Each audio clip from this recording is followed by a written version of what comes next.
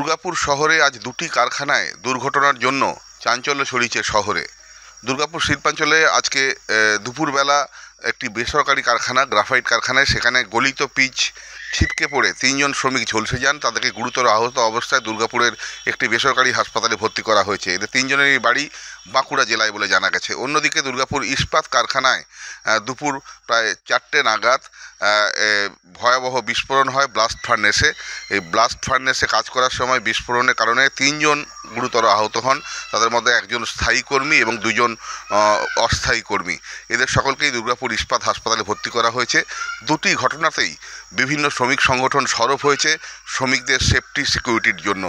ওনারা কাজ করছিলেন, তখন কোনো কিছু একটা ব্লাস্ট টাস্ট করে এবং তাতে ওনাদের মানে বার্ন ইঞ্জুরি হয় আর কি। তিনজনের শরীরেই প্রচুর পরিমাণে বার্ন ইঞ্জুরি রয়েছে। একজনের তো অনেকটাই আছে, আর বাকি দুজনের আংশিক আছে। ঠিক আছে, হ্যাঁ, ওনারই সবচেয়ে বেশি ক্রিটিক্যাল আছে। না, ওই রকম কোনো কিছু আমরা তো জানি না। নাথিং, বার্ন হয়েছে, পুড়ে গেছেন এইটুকু।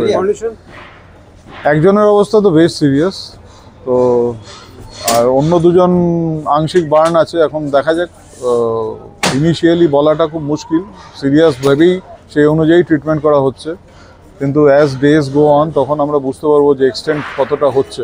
কারণ সব জিনিস তো কালো লাগে, কিন্তু তার তো ডিগ্রিজ থাকে, গ্রেড থাকে। সেই গ্রেডগুলো বুঝতে আরও সময় লাগবে। আর শরীরের ওপরে যে ক্রিয়াগুলো হয় তার জন্য শরীর ভীষণ রকমভাবে ক্ষতিগ্রস্ত হয়। তাতে স্যালাইন, অ্যান্টিবায়োটিক, ব্যথার ওষুধ, এই সমস্ত কিছু দিয়ে ট্রিটমেন্ট করে দেখতে হবে যে একটা স্থিতিস্থাপক অবস্থাতে না আসা পর্যন্ত এইভাবে কিছু বলাটাই মুশকিল। কিন্তু তিনজনেই ক্রিটিক্যাল রয়েছেন এবং এই নিয়ে আন্দোলনও শুরু হয়েছে। এই ঘটনায় তোলপাড় দুর্গাপুর শহর। এই দুটি ঘটনা ঘিরে আজ আতঙ্ক এবং চাঞ্চল্য ছড়িয়েছে দুর্গাপুর শহরে।